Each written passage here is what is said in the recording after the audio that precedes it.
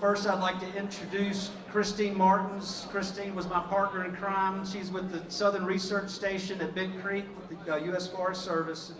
And, she reached out to me shortly after the storm, after being out at Elk Mountain and seeing the destruction that was out there and meeting with landowners. And she said, "We've got to do something. We have to do something." And because of that, that is what inspired us to put this event on tonight. So I'll give you Christine. Hey everybody. We have a lot of people here tonight, so I encourage you to take a seat if there are any left, or go upstairs. There's some seats left maybe up in the balcony. But thank you guys so much for being here tonight. Like Lang said, my name is Christine Martins, and I do science delivery for the Southern Research Station. I'm also the incoming chair for the Pisgah chapter of the Society of American Foresters. And that reminds me that if there are any foresters here who would like continuing education credits, there will be a sign-up sheet somewhere in the back somewhere to get continuing education credits. So this event was co-hosted by the Southern Research Station and EcoForesters. And I think a lot of people don't realize that the Forest Service does research.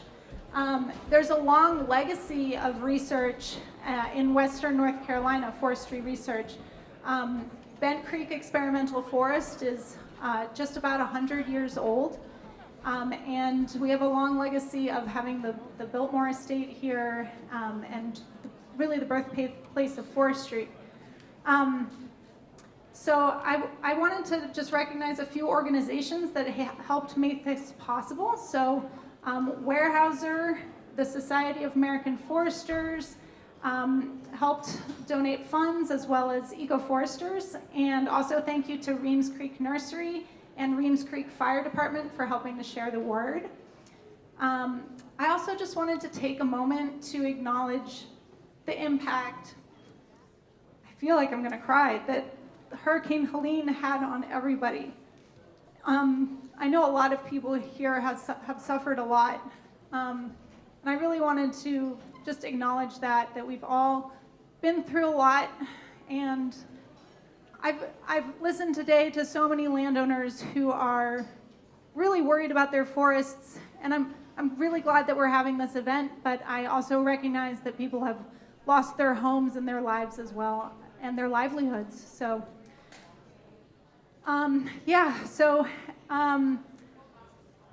like Lang said, I came up with this event because I was taking, actually, the Washington Post out to see some of the most severe damage up near the Elk Mountains area, and ran into some landowners who happened to be sitting right in the front seat there. Thank you for being here.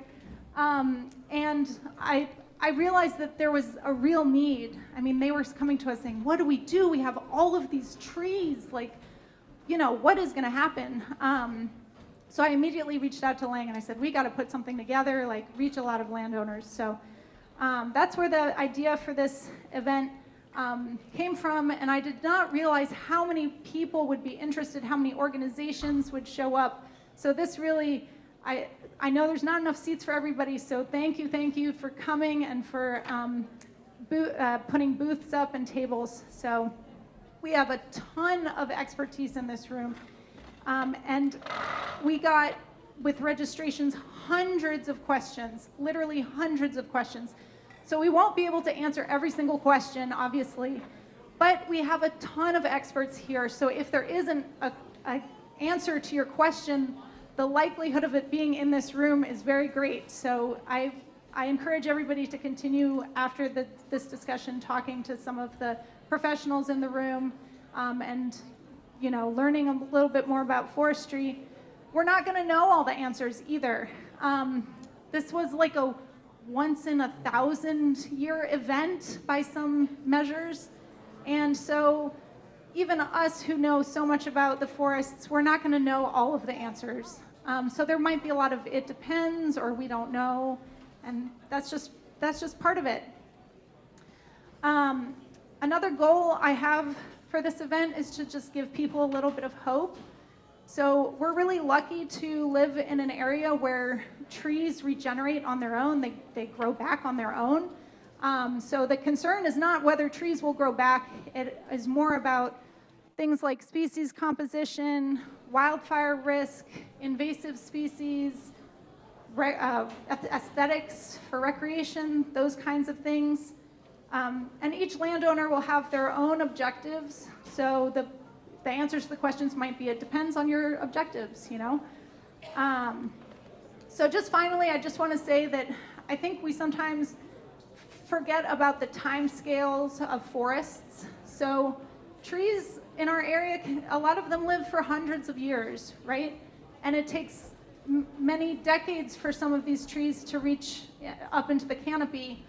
And so it's really hard for us to look at a forest that looks completely devastating and think, oh my gosh, it's gonna take 20, 30 years for this to look like a forest again.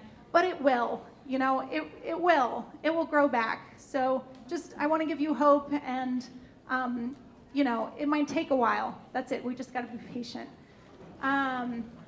Also, just think about the fact that this land was logged. You know, a lot of our land was logged 100 to 150 years ago, and now it is forested again. So just think about that land use history. And before that, a lot of this land was managed by Native Americans and heavily managed using fire. So our landscape has been through a lot. So with that, I think I'll just say that we have a wonderful panel of professionals who are going to be up here tonight, and hopefully they're all standing somewhere in the wings there and are ready to get on stage. And I'll hand it over to Lang to moderate the panel. Thank you guys so much.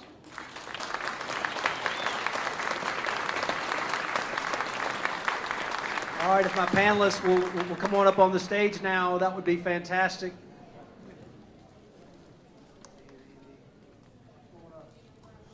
Yeah, wherever. First come, first serve. There's Tara. There's Tara. Again, we want to thank y'all for being here. This is a very impressive turnout as far as events go, and we are happy to have you here. We also have folks from our federal government here, our state government here, our county government here, and they are listening to us, and we are hopeful that we are going to see funds that are going to come in that are going to help landowners to get a lot of this work done. But I'd like to welcome you. We've got a lot of questions to get into. As Christine said, we won't have time to get to all of them, but we are going to try to answer them in written form and email out them the answers to everyone who registered. So hopefully that will be of benefit to you. So we're going to start off. I'm going to have the panelists introduce yourself and your organization, and tell us something of how Helene has impacted your work and what you've been doing. Good evening. I'm Tara Kaiser. I'm with the U.S. Forest Service Southern Research Station. I'm a research forester here in Asheville. How has Helene affected my daily work life? I get to move back into my house this weekend, so that is exciting. But beyond that, I think it's just been a reprioritization, right, of kind of, I'm a scientist, right, so I have various studies going on. What? Oh, I thought I said. Yeah. I'm a research forester, so I'm a scientist. So I have a lot of various studies focused on primarily management and ecology of our upland oak systems here in the Appalachian Mountains. And so this is really just kind of reprioritized where I'm putting my effort into those various studies, as the studies all have linkages kind of to natural disturbance and how we can base our management on natural disturbance. So this has been just a good kind of grounding and kind of ground truthing of what I've been doing. My name is Dan Callaghan. I work for Wildwood Consulting. We are a professional forestry consulting business based out of Asheville. We provide forestry consulting and forest land management services. And since Helene, I guess, how my work's been affected, I tend to be spending more time in traffic. It's like a crazy phenomenon.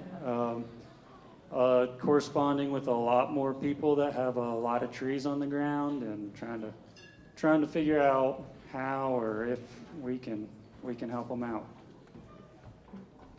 Andy Tait with EcoForesters, the forestry director, and we're based in a national nonprofit professional forestry organization, forestry consulting, and help coordinate events like this to educate people about forestry so they get the work done that needs to get done. One of the big shifts we had to make when Helene hit was, our wonderful crew, a lot of them who are here, Christian, you saw earlier, and her crew, got chainsaws, got out there, and were volunteering, cutting people paths so they can get in and out of their houses, clearing people's driveways, clearing roads. Now they've transitioned to helping, now that the roads have been cleared, they're clearing people's trails so people can go back out and hike again and get into their forests. So there's a lot of work done just trying to get access back to the forest so we can get in there. To even make a plan or to do some work, control invasives, you have to have access first. So a lot of work restoring access. And then of course it's catching up to the big log of people again that had damage and figuring out what to do. And as Dan said, what can we do, where can we do it, and what's the, have to do some triage on that, where we can work best to support people and help everyone get back to where they need to be. Hey everybody, my name is Wesley Sketo. I work for the North Carolina Forest Service. That's the state forestry agency. I'm a staff forester for mitigation, organized out of the central office in Raleigh, but I do cover primarily the western 50 counties. Nothing going on in the western 50 counties these days. Work with the Firewise USA program, so dealing with reducing risk in the home ignition zone around people's homes. Do larger projects like masticating down material, woody debris that spreads a wildfire. Nothing going on much in that department either. So yeah, it's been busier for me lately. Inquiries, emails, presentations, the volume of traffic that Chris and I were taking at the table out there sums it up. It's a busy time. Good evening, everybody. Thanks for having me here, EcoForesters. My name is Greg Cooper. I am the Director of Conservation Implementation with the Sustainable Forestry Initiative. So we are an organization that develops standards that organizations can opt into to certify their sustainable forest management that occurs on 370 million acres, so 2 times the area of Texas across the US and Canada. It's a really cool organization. Does not land here in Asheville very much. Prior to my role with SFI, I was working with the Nature Conservancy as a forest ecologist here in the southern Blue Ridge. Probably one of the ways that's been impacting me the most as far as outcome from Helene has been a lot of my travels. Whenever I go anywhere and say I'm from Asheville, I'll get a question or a reaction being like, oh my gosh, what happened? How are you doing? And so it's been actually really powerful for me to be able to share some stories from the region, from Asheville, and say, it's pretty bad. It's pretty bad here, and we still need help, and there's a long way to go. So that's been a big change. Thanks, y'all. Before we get to questions for them, I've got a question for the audience. I'd like you to raise your hand if you lost trees during Helene. All right, if you lost more than 10 trees, leave your hands up. How about 100 trees? Is there 200 trees? 300? Oh my gosh. 500? There are a lot of trees that have come down, as y'all can appreciate, and that just shows. And seeing them scattered about like matchsticks is pretty unnerving. It's been for us, and I'm sure it's been for y'all. How we can use these trees has been probably one of the bigger questions that we have received. And we have usually you have a timber harvest for trees to come down where you can use them and sell them, but what about now? Dan, I'd like to start with you. I know that y'all have been working in the salvage harvesting world. How are you helping landowners navigate salvage harvesting? And can you give people a feel for what scale of down trees are needed to either make a profit or justify a salvage sale? Yeah, so the first thing we've been doing is just going out and doing an assessment and trying to figure out if a salvage harvest is practical or possible. We've been trying to fly our drone around to get a good picture of what's going on. It's hard walking out there with a lot of trees down. And it's really a challenge to get any kind of salvage harvesting done. You know, first of all, you need to assume you have about 10 acres of forest land in the first place. Then from there, you need to have pretty good access, a good place for log trucks, loaders, log piles to be set up. You have to have a good amount of volume on the ground. So if you say you have less than 50% of your trees on the ground, nobody's going to move in just to clean up the down trees. Your best bet is if you have just some timber down and you're interested in moving forward with a larger scale timber harvest, so they can cut some of your standing trees too, especially if you had a plan in the first place to move forward with some timber harvesting. Fortunately, now might be the time to do it with depressed prices. Try to figure things out on the tax end if you can. There's just not enough loggers in the region. There's not enough loggers with the right equipment in the region. A lot of times it's taking heavy machinery to actually have to sort through it all. So there's not a good answer for a lot of people on that end. It's possible, it's happening. All over the place. And I think timber buyers have been looking at this stuff every single day since about a week after the storm, probably turning down most of what they look at. So. And the hard part is normally to do work on your forest, you could use a timber sale as a way to raise funding in order to do the other things that you need. So in the absence of that funding, it's going to make it harder to do a lot of those things, and we are seeking not only resources that are available now, but trying to encourage the creation of some that will help with that material that can't be removed if it needs to be removed. So normally before there's a timber sale, as Ann mentioned, you have a management plan, and there's planning that goes into the front end of that. And for those who might still be interested in removing material off their land, I was hoping to get an idea for, Andy, what considerations need to be given by a landowner that wants to remove some of these down trees in terms of planting? Yeah, so unless you have like 10 acres of large trees that are at least a foot in diameter on the small end, then maybe you can have a logger remove them at the cost. Basically, the cost of the value of the timber will cover the cost of removing it. But if you don't have that, then you're talking about paying out of pocket to get that material removed somehow. So the most important thing is to look at fire safety around your house. Be fire-wise around your house and have hopefully no down dead wood within 30 feet of your house is kind of the minimum, so that the Forest Service or the fire department can come in. If the fire does happen, there is increased risk of a severe fire now, can come in and protect your house. So 30 feet defensible space, that should be cleared. You may be able to do it yourself, but you can also find someone that's a relatively small space, clear that highly risky fire, fuels out of that 30-foot barrier. If you have bigger fuels, a foot in diameter or more, you may want to clear farther away, maybe even as far as 100 feet away to get those really big fuels that can burn hot for a long time farther away. Once you get beyond that, it's not a threat to your house as much anymore. But if it's downhill from you, fire goes uphill faster, so you may want to clear a little more on the downhill side. Uphill side, unless there's houses above you, is not going to be as much of a risk. Fire spreads uphill a lot faster. So fire safety is one thing to clear that buffer as far out to keep your house safe.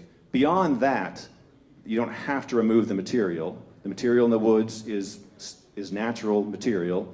This was a natural disturbance, albeit probably on human-caused climate change steroids. But one thing that was actually missing from our woods was coarse woody material on the ground, down dead wood. That's common in an old growth forest. It's not common in our much younger forests now. So we have a glut of it down now, but it can be left down. But the thing is, if it's up in the air, you have leaning trees or, caught up in the tree, they're up in the air, that's not going to decay very fast. So if you can at least cut it down to get it within 3 feet of the ground, it's going to decay a lot faster.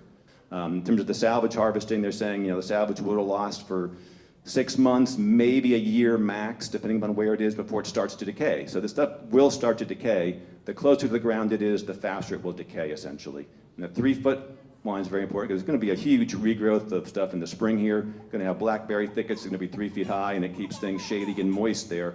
Speeds up that decomposition process. And that wood, it's mulch. It'll decompose, it'll become fertilizer, and it's also wildlife habitat. Down woody material is really important wildlife habitat. So it's not necessarily a bad thing. It is a fire risk, but that's kind of the triage I can see to it.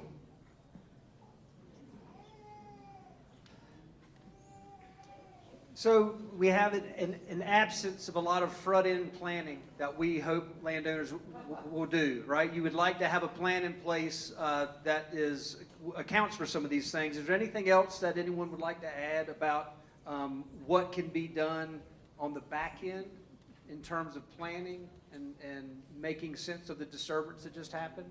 I'll send that out to anybody. I think right now the best thing you can do from a planning perspective is get your access opened up and established so you can get in there, and so you can at least assess what's going on,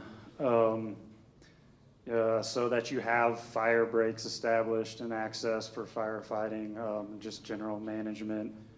But I mean, depending on how many trees are down, if you can't move through it, if you can't walk through it, it's going to be tough to do much management for a while. But certainly just looking at your management plan, if you have one, getting it updated. If you don't have one, it might be worth getting one written. So I think another thing on the back end would be to start thinking about non-native invasive species, right? We just had a huge canopy opening event, and those non-native invasive species really take advantage of that sunlight, right? And establish and move very quickly.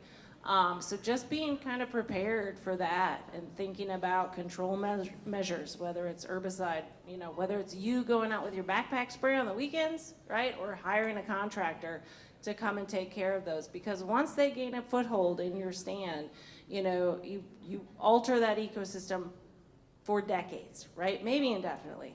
And you start to have increased fire risk because some of these invasive species, non-native invasive species, are highly flammable. So you start to change the fire dynamics as well. So just thinking about that kind of concept, those invasive species that you don't see them right now, you're not going to see them, but by the time you see them, it's almost too late, right?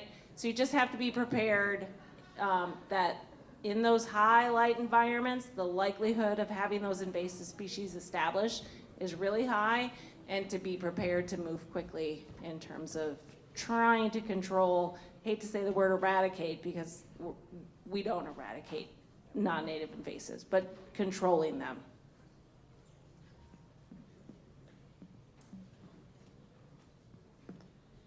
So I'll jump in before I pass the mic over. Some of that planning, Andy mentioned the home ignition zone, Firewise USA. Certainly those are priority areas where you can keep your home from, being lost in the event of a wildfire. When the North Carolina Forest Service shows up in suppression mode to put out a wildfire, what we do is we start drawing a box around the fire. Where is it being driven, either by topography or by the wind? So that's kind of the long side of it, and then we start looking at the sides. Where are we going to control this thing? So we'll bring it down a hill to a creek.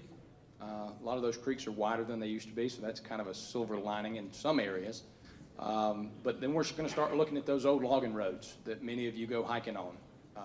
That got referenced the early 1900s logging events, and we all have those leftover bench cut areas. So prioritizing those, probably second outside of your home ignition zone and the downhill side. I'll second everything he said about further down. If you've got one of these nice porches on your ridge top house that you have your glass of wine or your cup of coffee on, and you keep your view shed maintained, if it's been piling up with dead woody debris for years, that's an extra exclamation mark. You know, maybe go ahead and get that small diameter stuff. Raise your hand if you're ever in the Boy Scouts or got grandkids in the Boy Scouts, anything like that. Everybody knows how you make a fire, right? It starts with the small stuff, gets the bigger stuff going, gets the bigger stuff going, gets the bigger stuff going. So whether it's a prescribed fire before some of those large diameter materials dry out and become available for a fire, or whether it's feeding them into a chipper, using a masticator, Forest Service has got all kind of options that your local county ranger can discuss with you.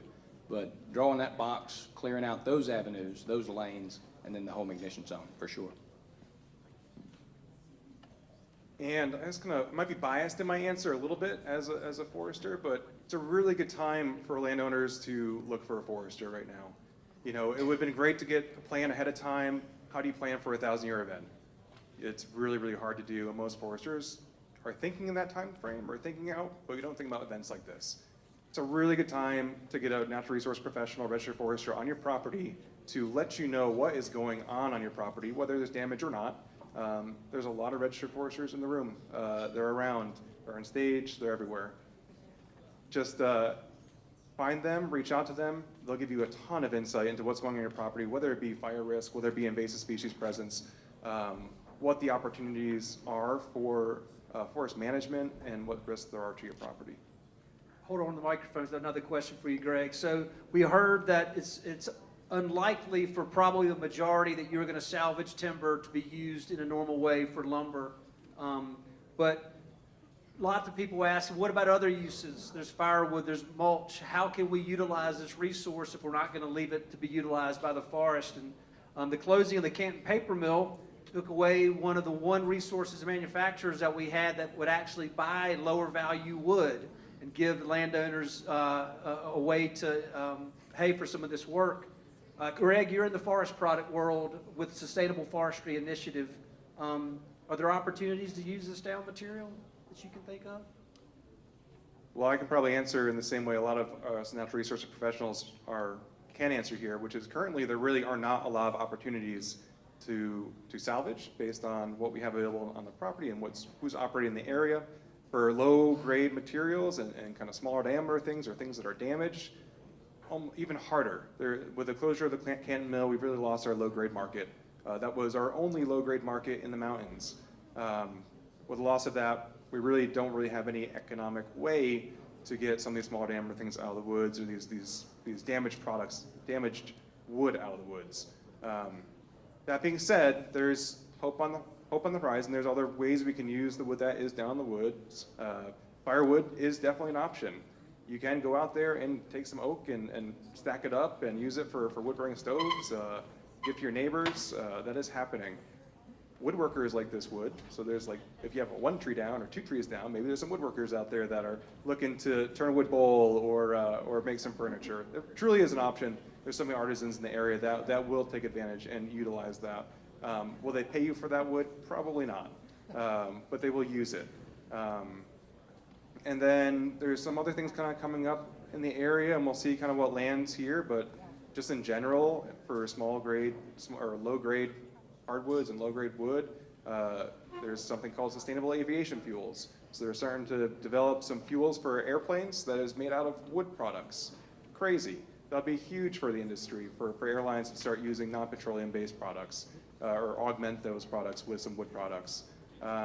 Another thing that can be controversial, but truly could be a good outcome is a biomass type system where we're using wood products to fuel power generation in communities like ours.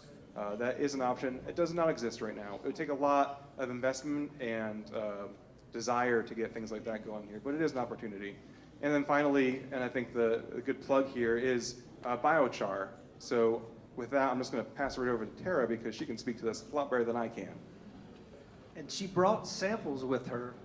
So Doing Tara, it overlaying. the Southern Research Station is looking into biochar, and y'all actually have a machine that produces it. What can you tell us about that? All right, so biochar. So this can of coffee is not coffee. It's pretty much pure carbon. So we are set up. So Southern Research Station started a study looking at biochar before Helene.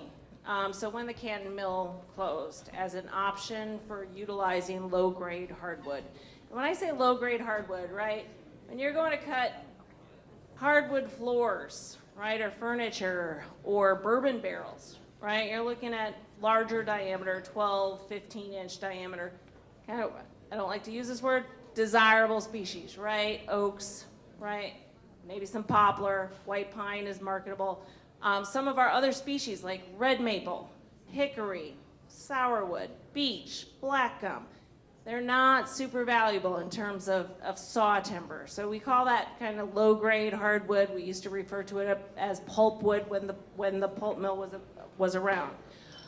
So we looked at biochar as an option for kind of developing or looking at the possibility of developing a market for this low diameter, low grade hardwood.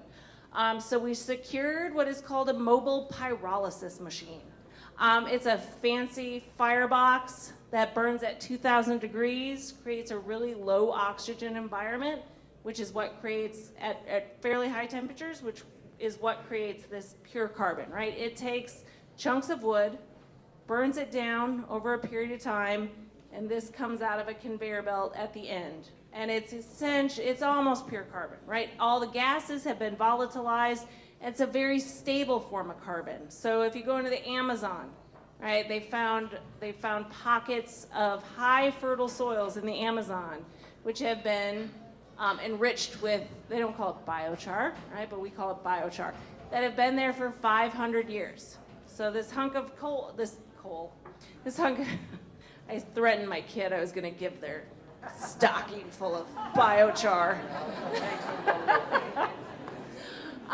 So, right, this gets incorporated in the soil, right? You come back and dig a soil pit 500 years from now, this very well could still be here. Maybe not in this size or anything, but this actual carbon could still be here.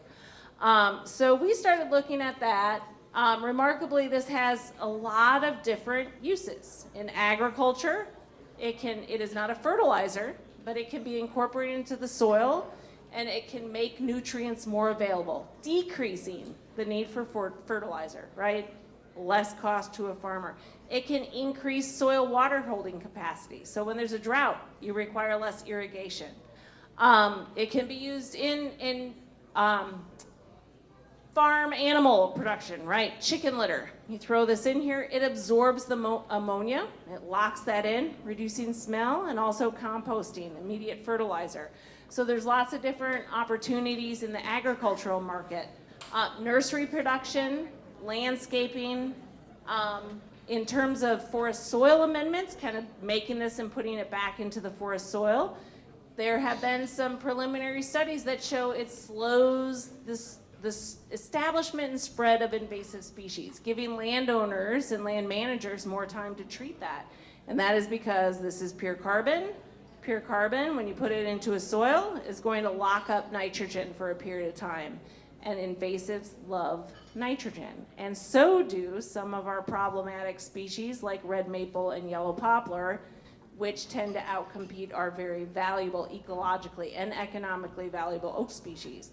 So it could even be, adding this to the soil, could benefit some of our oak and hickory reproduction and slow the development of red maple and yellow poplar. So really exciting work. It's fun. It's definitely different than what I'm used to doing, but black gold right here. So get your order in tonight. She's taking orders for biochar. If you do need some, come see Tara. So we have a bunch of down trees, some of which are going to be able to be used, some of which should probably stay right where they are and help forest health. I want to go back to wildfire because I think a lot of what we're hearing around funding and priorities of what government agencies are going to prioritize are around wildfire. Wes, I wonder, there's a lot of concern about wildfire and how the down materials will impact future fires. There've already been a fire or two in western North Carolina. How have the down trees impacted the response to those fires, and what does the future look like in terms of wildfire? So I talked about it a little bit already with the different size classes and when those fuels become available to contribute to a wildfire. When we look at the fires in California that are carried kind of in a brush component versus here, it's primarily what? Hardwood litter here in the mountains. You know, a little bit of yellow pine mixed in there somewhere will carry the fire. But now we've altered it to an entirely different fuel class. We have slash and blowdown, which is those heavy fuels. Now, as I said, some of that large diameter not immediately available. We've heard, you know, a year, kind of to where they contribute. So really taking that time on the front end to utilize if you can. You know, greenhouse gases, we're just coming off of that conversation, but a utilization, even if it's giving it away, even if it doesn't end up a 2x4, if it's firewood, you know, any of these other uses we've talked about, get it utilized, get it out of there, especially in those areas that are where you would control a wildfire or around your home. Some places, topography, you don't have a lot of ability to do work in the home ignition zone around individual homes. So we'll get out and we have U.S. Forest Service pass-through dollars. These are grant dollars that we can do if you're within 10 miles of the U.S. Forest Service. We can get out there and do some of these at no cost. Now, what is the old saying? Free, fast, and good. Pick two. Some of those grant dollars are a little slow on the front end. So we talked about planning, getting a hold of your county ranger, having he or she come out there and you know, get you signed up for some of this stuff. It used to be called Stevens, then they got to calling it CPP, and just as soon as we got people used to calling it CPP, they changed it to cross boundary. Thank you, federal partners in the room, for all the changing of nomenclature. But yeah, we roll with the punches, and you know, we make those dollars available to folks in that 10-mile buffer from the declared U.S. Forest Service boundary. Separate pot of money, you've got the Community Wildfire Defense Grant, something that some of our partners out there tabling are doing some good work on, getting community wildfire protection plans written for fire districts. Once that plan is written, then you can apply for subsequent rounds to buy equipment, to staff a position in a county emergency management office. I mean, the list of things you can do with this stuff is pretty expensive, but it's getting past that gatekeeper, you know, having that document produced. County Ranger is your guide to all of this stuff. You know, we do have things that we can do 50-50 call share for prescribed burning, even if you're not within that 10-mile buffer. So some of our folks, I was talking with folks from Rutherford down there earlier, you know, you get outside that 10-mile buffer, you're still eligible. www.resistwildfirenc.org is the North Carolina Forest Service kind of clearinghouse for all this kind of information. You can go there. There's information on the fuels removal program, which is something that I've run the last few years. Predecessors have run it before that. It's a springtime pickup. Now with grants, you have kind of a match. Anybody's familiar with match, right? It's usually that cash match that your organization has to pull out of your pocket. You know, but this program, we set it up where it's sweat equity. It's the homeowner getting out, either doing it themselves or conning the kids or grandkids into doing it, piling up small diameter woody debris, which is what we're all dealing with, right? All those tops that I talked about, you know, kind of strewn about, all those limbs, getting that stuff out to the curb, and then we pay either a tree company or, you know, a landscaping company to come remove that in bulk. Either send it in the chipper or get the grapple and load it like we're all seeing up and down every road everywhere around here. We have all these FEMA cleanup crews. Very similar to that. They're coming out, they're picking it up at the side of the road. So any of these things, get a hold of your county ranger. They're kind of the main point of contact for that. So it seems counterintuitive to think about prescribed fire or controlled fire when we're trying to prevent wildfire from happening, but that's something that is extremely important for forest health in Western North Carolina. I wonder if y'all could speak to how this storm is going to impact our ability to do the amount of prescribed burning and what could be done to make sure that that's not inhibited because of Helene. Yeah, the impacts on the prep side, anybody familiar with prescribed burns or controlled burns know that you got to have your control lines to keep it where it's supposed to. A lot of times you've got to do some manipulation of fuels either, after ice storms or wind events like we just had, you get a bunch of jackpots of fuel right there along your control line. So you're either having to redraw your control lines if you've got an established prescribed burn unit, or you're having to get through there and do some of that removal and dispersal of some of those jackpots of fuel that are available. Really, you're looking at those broke out tops. You're going to have increased torching. So management plans, prescribed burn plans need to have a little bit more allowable scorch. They need to have a little bit more allowable, heat consequences to the overstory. The overstory needs to be looked at in a different light.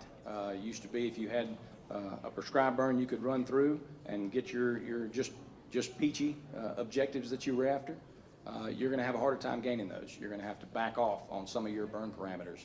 A little lower wind, a little more relative humidity, a little more fuel moisture, a little closer to a rain event. All these kind of things are going to have to be adjusted to get those objectives that we're after. But the overstory, especially if you've got a lot of blowdown, more than just a pocket, if it's more uniform, you're gonna need to consider, is what I've got standing worth saving, or like we had with the salvage conversation earlier, do we need to go ahead and have some acceptable loss in the canopy if we want to consume, what's down?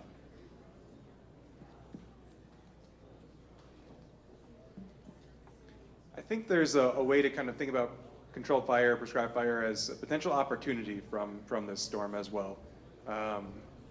This isn't everywhere, and it's not every landowner, and it's not every circumstance, but there is a potential opportunity where there's more openness in your forest than there was beforehand, which actually can help with your ability to burn your land. Why would we want to do that? Why do we care about that? Oaks and hickories in our forests really rely on some sort of low-level disturbance to thrive and to replace the oak canopy that we have right now.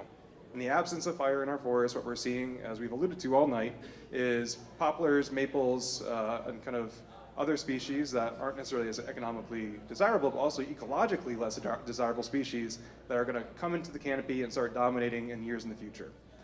So in the absence of low-intensity fire and fire across the landscape, we're kind of losing a battle to maintain oaks into our overstory.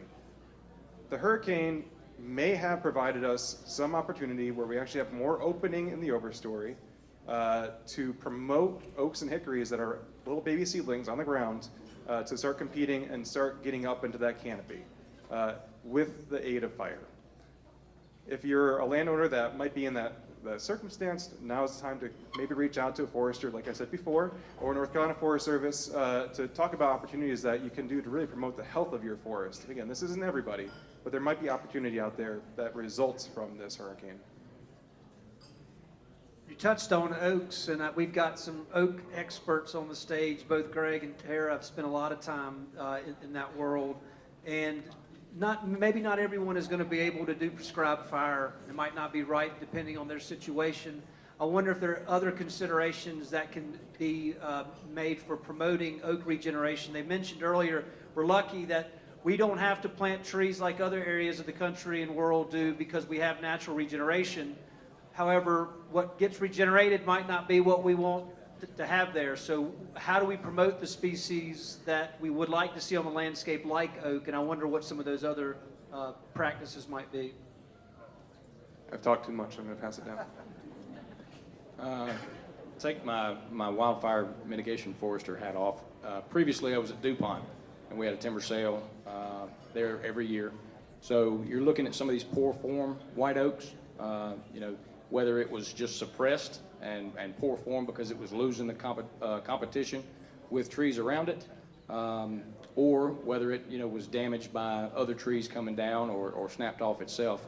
It's those smaller diameter oaks and hickories that are going to respond best with stump sprouts.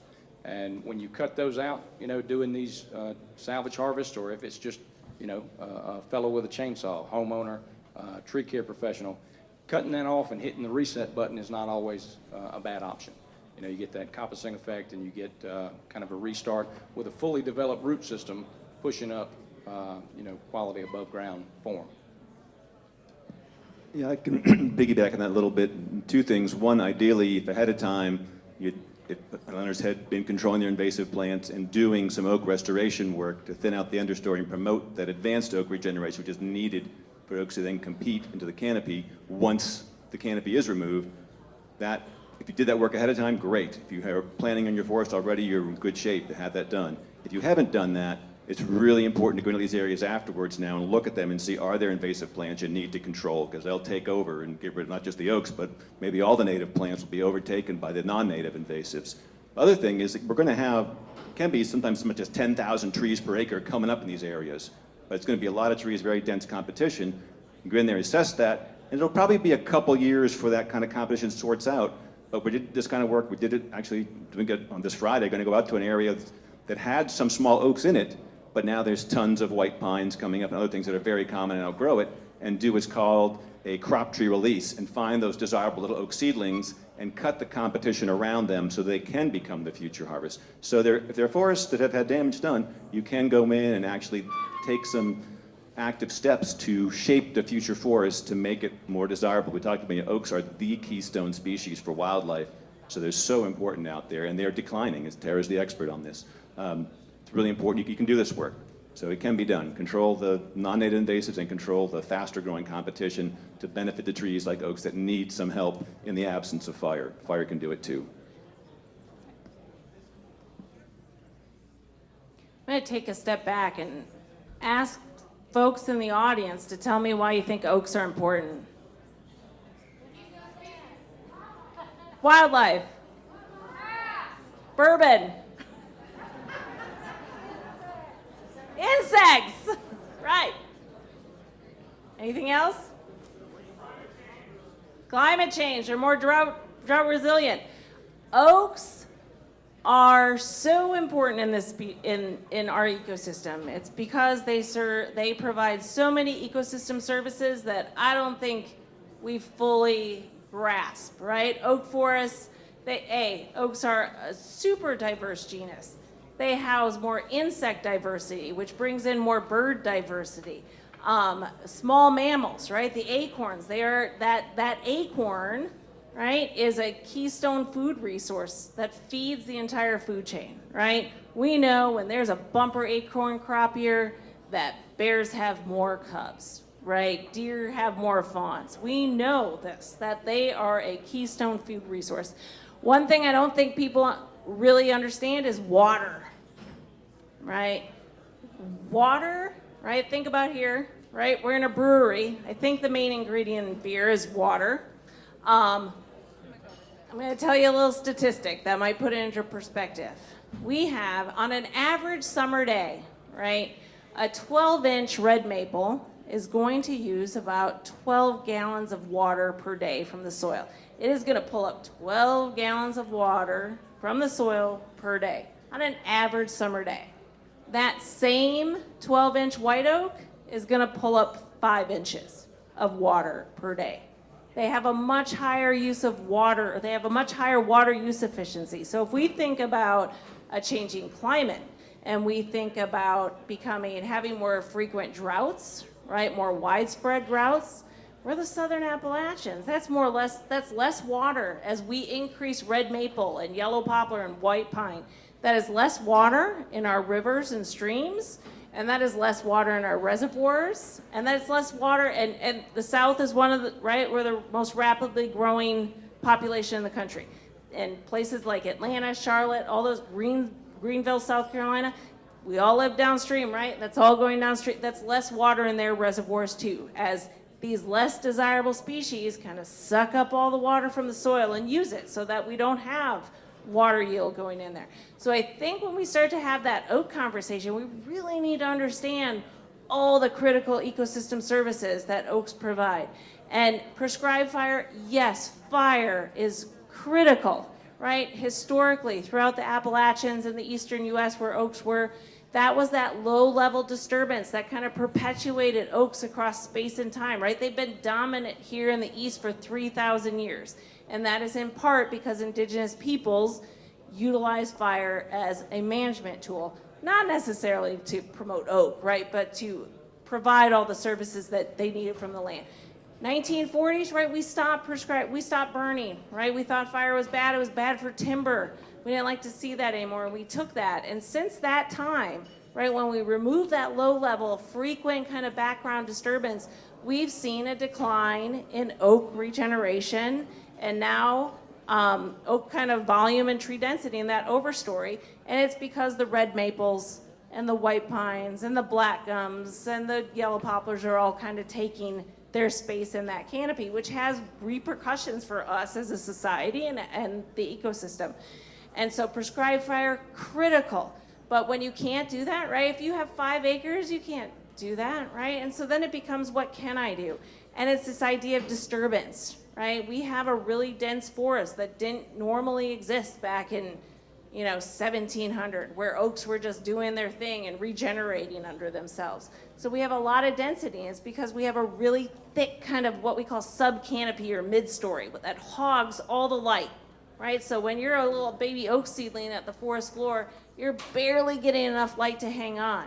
So if we can do something with that stand density and that mid-story, which is that space between kind of, me, my height, and the upper canopy, whether that's firewood, whether that's kind of a stem injection of herbicide to kind of kill those undesirable species and let that light level increase to allow those oak seedlings to develop. So when there is a timber harvest, if you are planning a timber harvest, or if there is another, right, God forbid, hurricane event that we have here that takes off the overstory for us, that those oaks are poised to capture that growing space and recruit into the canopy. So I hate using the word opportunity sometimes with Helene for very obvious reasons, but there are some opportunities here to take advantage of the conditions that this weather event had in our forest, which increased diversity, right? Structural diversity. We have increased light in pockets, and kind of manage within that, within the context of oak regeneration for the future. So one thing we know is going to take it, but yes, applause, please. We are so Christine mentioned earlier, we live in the birthplace of modern forestry, and we still have that scientific research going on right in our backyard. A lot of people here are probably out riding mountain bikes at Bent Creek, but you might not be aware that they're studying oaks and they're studying hemlocks and they're studying all these things to the benefit of folks that are in the room. So she mentioned taking advantage of that growing space, and we brought up invasive species. They are going to take advantage of this space. You hate to play Monday morning quarterback, but we've had conversations with people that we have worked with who have been controlling their invasives who did not have the response that people have had who are doing nothing. And so by maintaining your invasive plants, you're actually preparing for that next event, and you're going to be better prepared if you're doing that now. Dan, I know that Wildwood does a lot of invasive plant control. Could you talk about some of the culprits that we're going to need to keep an eye out and what can be done? Yeah, I think there's going to be a lot of tree of heaven popping up in these spots, these bigger spots with a lot of light. With closer to Asheville, bittersweet for sure will be prominent. I think the real challenge is where folks that really have a lot of blowdown, and if all that stays in there, and in a year, like Andy said, there's gonna be 3 or 4 foot high blackberry. There might not be a whole lot you can even do for like a decade. Just be frank, because you can't walk through there with equipment and sprayers. Like, it might just have to like let it sort itself out. I mean, you can keep an eye on it, know where your problems are, and take opportunities where you can move through it. But it's just going to be a challenge, something to keep a lookout for. But Anybody else want to? Nobody likes invasives. I encourage you to become familiar with what these invasives are and what they look like. There are lots of resources at booths that are in here right now where you can find pictures of what they look like and how they respond to being controlled. Because one of the bad things about invasives and why they are so successful is they don't like to be controlled, and usually when you cut them, they respond by growing more. So there are some creative ways to cut them and slowly kill them and sort of almost trick them. Tree of Heaven is a great example. If you can kill it slowly, it will not have the same response. But I encourage you to look into those and be familiar with them, and for no other reason, so it ruins the next hike that you're on as you walk around and look in, and now you know all the invasive plants that are all around you. So we've talked about a lot of things tonight of what you should do. And if you have a forest, things that you can do. But we know, working with landowners, that the number one reason people choose to do nothing is cost. Very few people in this room have a budget for forest stewardship. And in the and that goes for all land managers. If they have a budget, it's not enough. So in the absence of that, how can we expect to do this work? So I'd like to talk a little bit about what some of those opportunities are right now, whether it is through existing opportunities or things that have come about because of Helene. So if y'all could share maybe a resource that landowners should know more about. Sure, I'll start. So maybe the first thing to do is pick 3 main priorities of your problems, what you want, your problems, or what it is you want out of your land over the next 10 years and moving forward. And then figure out what resources you have to deal with those problems, or to guide your management, and what you can spend and what you can do. And there is cost share funding out there through the USDA, both through the Environmental Quality Incentives Program and then through the Disaster Forest Restoration Program. So need to reach out to those folks. And there probably will be some cost share at some point through the North Carolina Forest Service. So just talk to resource professionals and stay abreast of what's going on, but it's evolving. So Yeah, I'll just piggyback on that. Dan mentioned kind of the 3 main sources right there. You know, the USDA, whether it's NRCS equip funding or the emergency recovery, forest resistance planning funding. That money's out there. You have to have a plan to access that funding. So that's where it really helps to talk to a forester, make a plan, what's called for in your plan, then you can get funding for it. So that's one big thing. We also, EcoForesters, we have some funds of our own to help out with this as well. Yeah, the EDFR, I'll be the 3rd one in a row to say it. The North Carolina Forest Service table out there, there's a white sheet right in the middle. It is a NRCS program, but the North Carolina Forest Service is going to kind of be shepherding folks through that. So reach out to your county ranger. Anybody playing a drinking game? How many times I've said county ranger? Yeah, they're going to be the ones kind of get in contact with the county level, folks with the NRCS, and they kind of work together to get landowners through that program.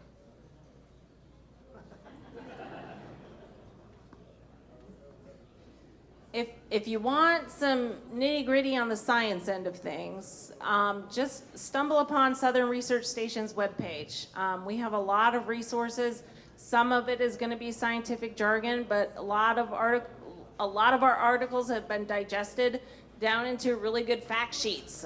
So you can, from plant ID for invasive species to, the why you want to do X, Y, and Z on your land. So if you just kind of want to know a little bit more about the why, and maybe that's the why of what a ranger is providing you, if you're just trying to figure out what the heck do I do with this mess, I would encourage you to look at Southern Research Station's website.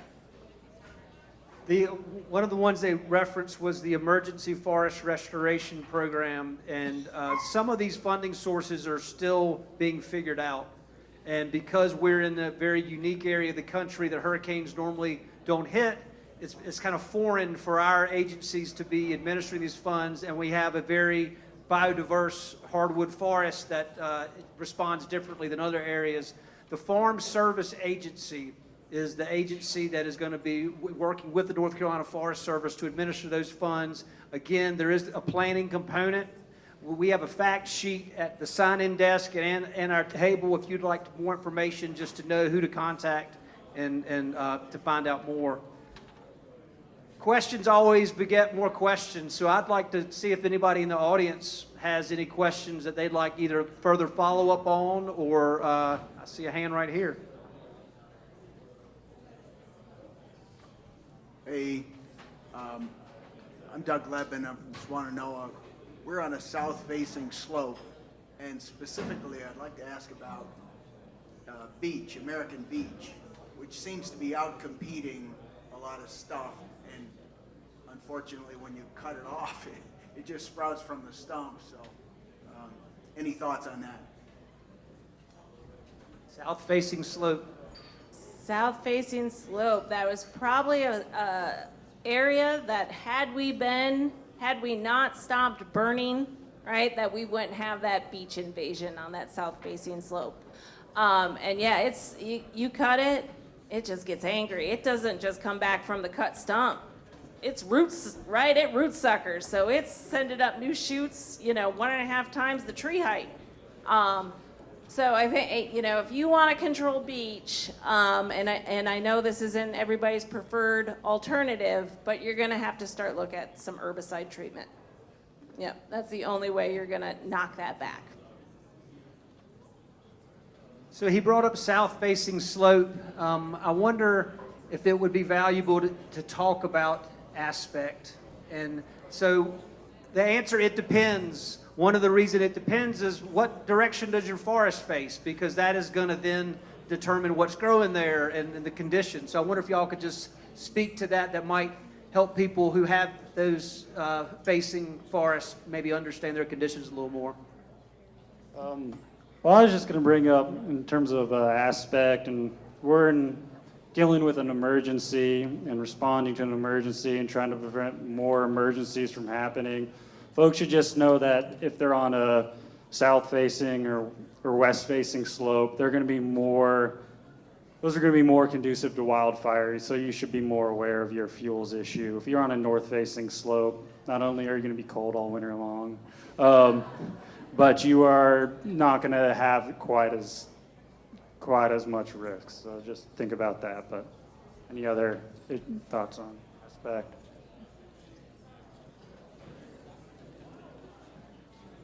Agree 100%. If you're not adept at reading a topographical map, a cheat sheet is when it snows. If you're that place that it holds on longer than everywhere else, you're probably north facing. If you're south facing, you dry out a lot quicker. Yeah. I think I've got a question back here. Yes, thanks. Whew. A little nervous speaking on the microphone. I'm curious, like how, so our property's on a slope. How should we think about erosion control and things like that in addition to the wildfires? Like, how can we start to more immediately take action to prevent things that are scary, like falling down the mountain now that all of our trees are gone? And then also like anything around, like the trees used to protect us from wind, and now our wind is even crazier than it was before Helene. Like, is there anything you would recommend that we plant to make sure that we can kind of protect ourselves 10, 20 years down the line when those things start to grow back again? I can take the first part of that question at least. So as Christine said at the very beginning of this event, like trees regrow really well around here, so you probably don't have to replant. Trees will come back. However, there's a very important exception to that. If there was any kind of bare soil, you had an erosion, you had a landslide, a debris flow, and you have bare soil, you definitely are going to need to replant those areas, and as soon as possible to stabilize those slopes, because bare soil will continue to erode and get worse and worse. So very important, if you have bare soil, replant it, put mulch on it, stabilize it to stop further erosion from happening. This could be on a lot of the old forest roads were poorly built and may have started big erosion gullies in them. They're just going to get worse unless we take action to plug up that gully and stop the erosion. So stopping erosion, replanting and stabilizing that soil is essentially important. And the second part of that question, you want to take that?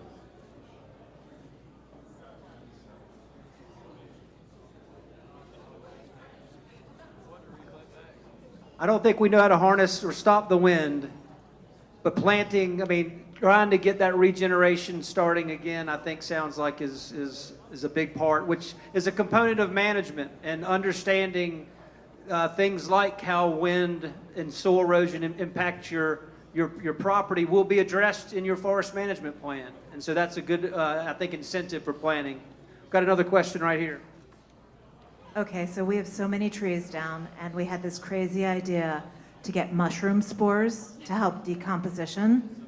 Is this a crazy idea, or is this something that's been researched?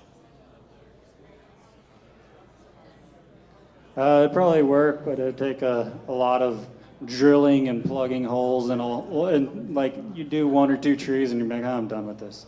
But like if you theoretically it'd work, like if you just inoculated a lot of trees, sure, they'd probably decompose faster.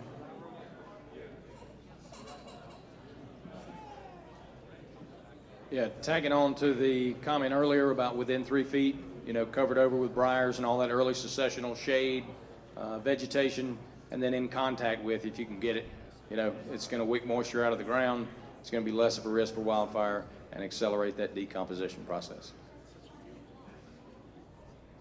I've got a future generation naturalist here that has a question. Is there anything we can plant to stop wildfires? So I'll introduce you to 3 concepts. One I have already, mitigation. You know, we'll circle back to that one at the end. Suppression, everybody knows. Go get the dozer, cut a line around it, go spray water on it. Suppression, everybody knows that. Prevention, Smokey Bear, everybody knows that. Don't drag your trailer chains going down the road. You know, don't play with fireworks when you shouldn't. Don't play with matches, all that kind of stuff. Prevent all you can.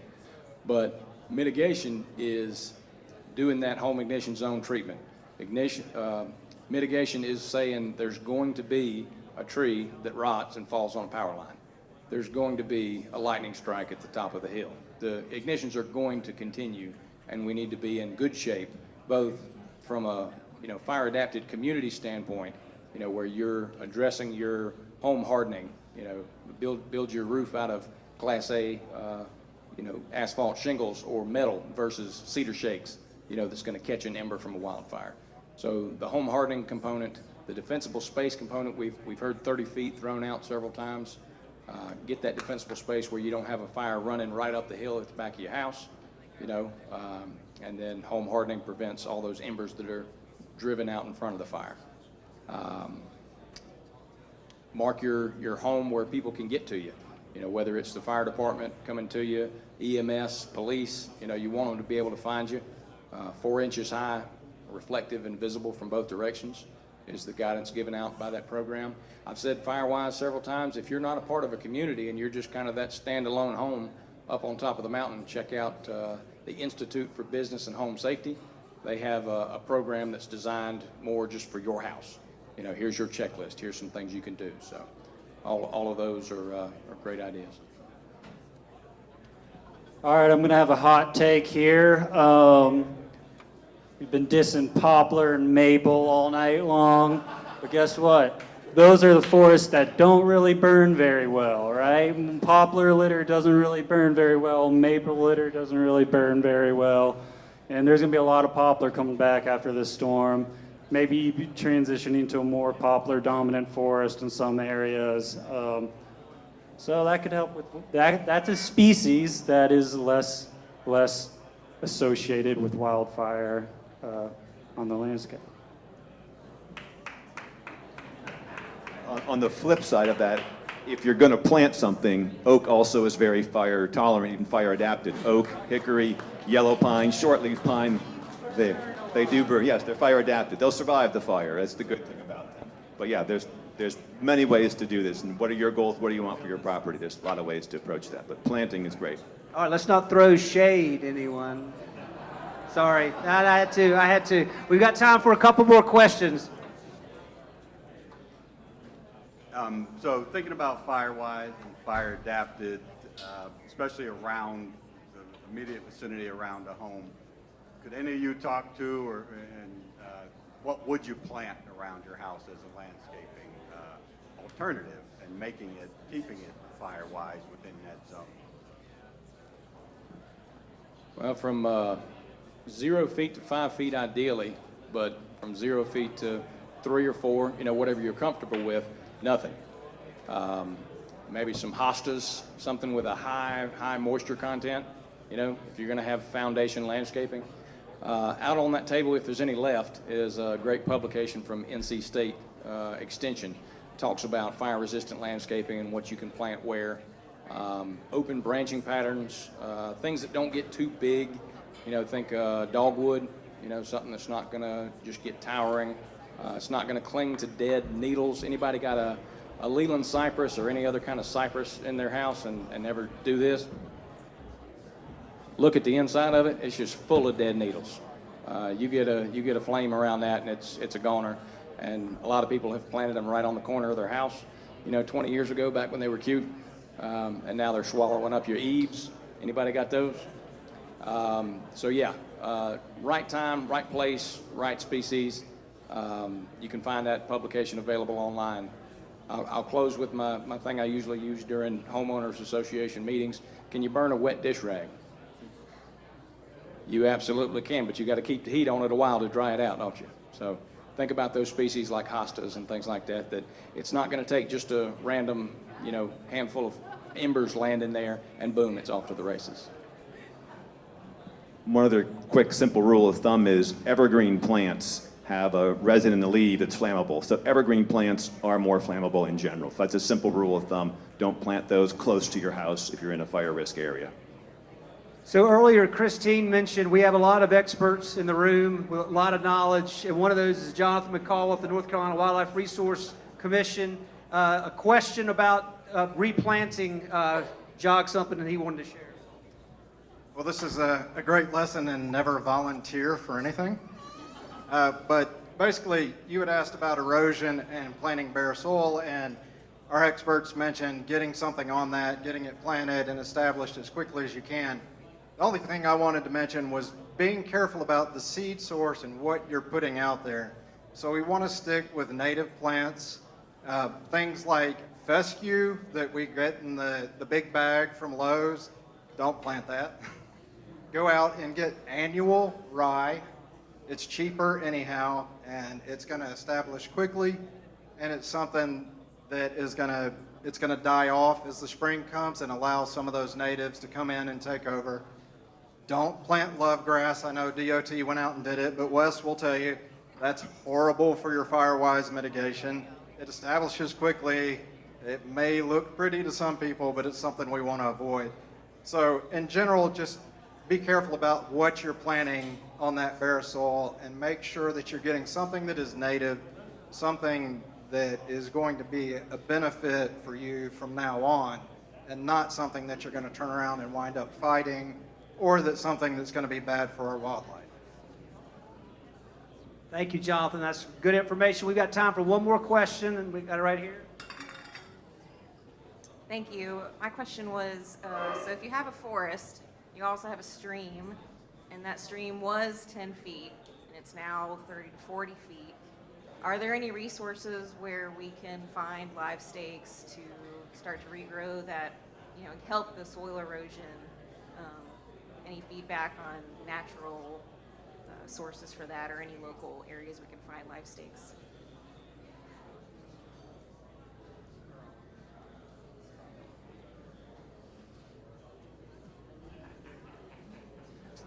So the question was about stream bank erosion, which is a big problem. In addition to trees coming down, obviously the water created a lot of headaches for a lot of people.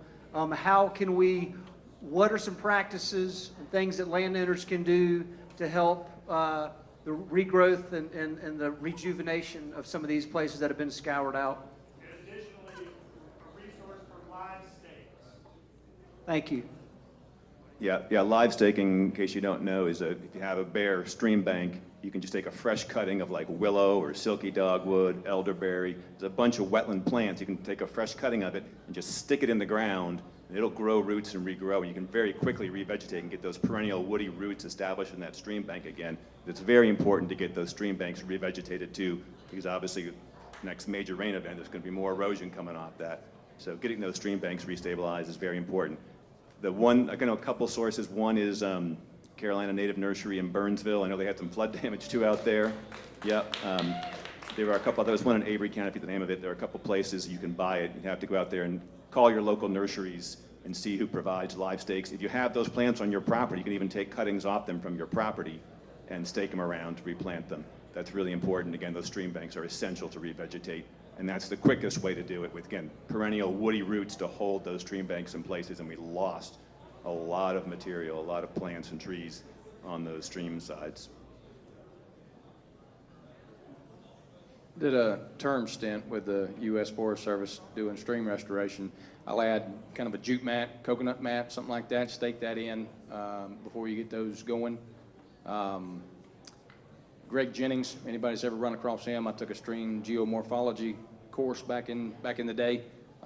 Reach out, he's got a website. I'm sure he'd put you on the right track for additional sources. There are lots of more engineering type firms that are probably going to be very well equipped to handle some of these questions. We've got partners, Equinox Environmental, Wildlands Engineering. There are lots of good groups here in Asheville that can help you also answer some of those questions.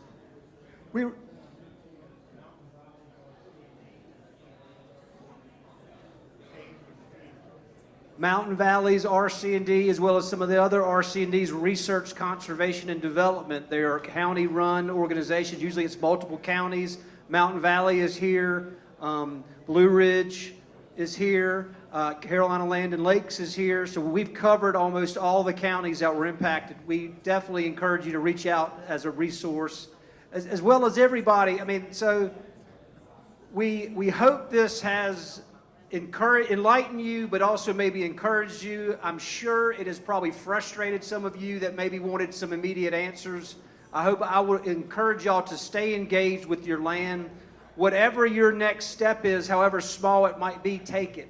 Whether that's calling somebody or trying to get more information or doing research on the internet or calling a forester, calling the North Carolina Forest Service for a consultation, call some of the other foresters that are here. And just learn something else and how it applies to your land. This is a lifelong endeavor, so just because you might not be able to do it tomorrow doesn't mean you can't pick it up the week after. So I encourage you to try to stay positive and stay engaged with your land. We can't thank you enough for coming out and engaging with us tonight. We want to do more of events like this, but we also want to do things that are meaningful to you and that are informative and helpful. So we encourage all of you to reach out to us or any of the organizations if there's things that you would like to learn more about or we can be of help. And thank y'all so much for coming tonight. Christine.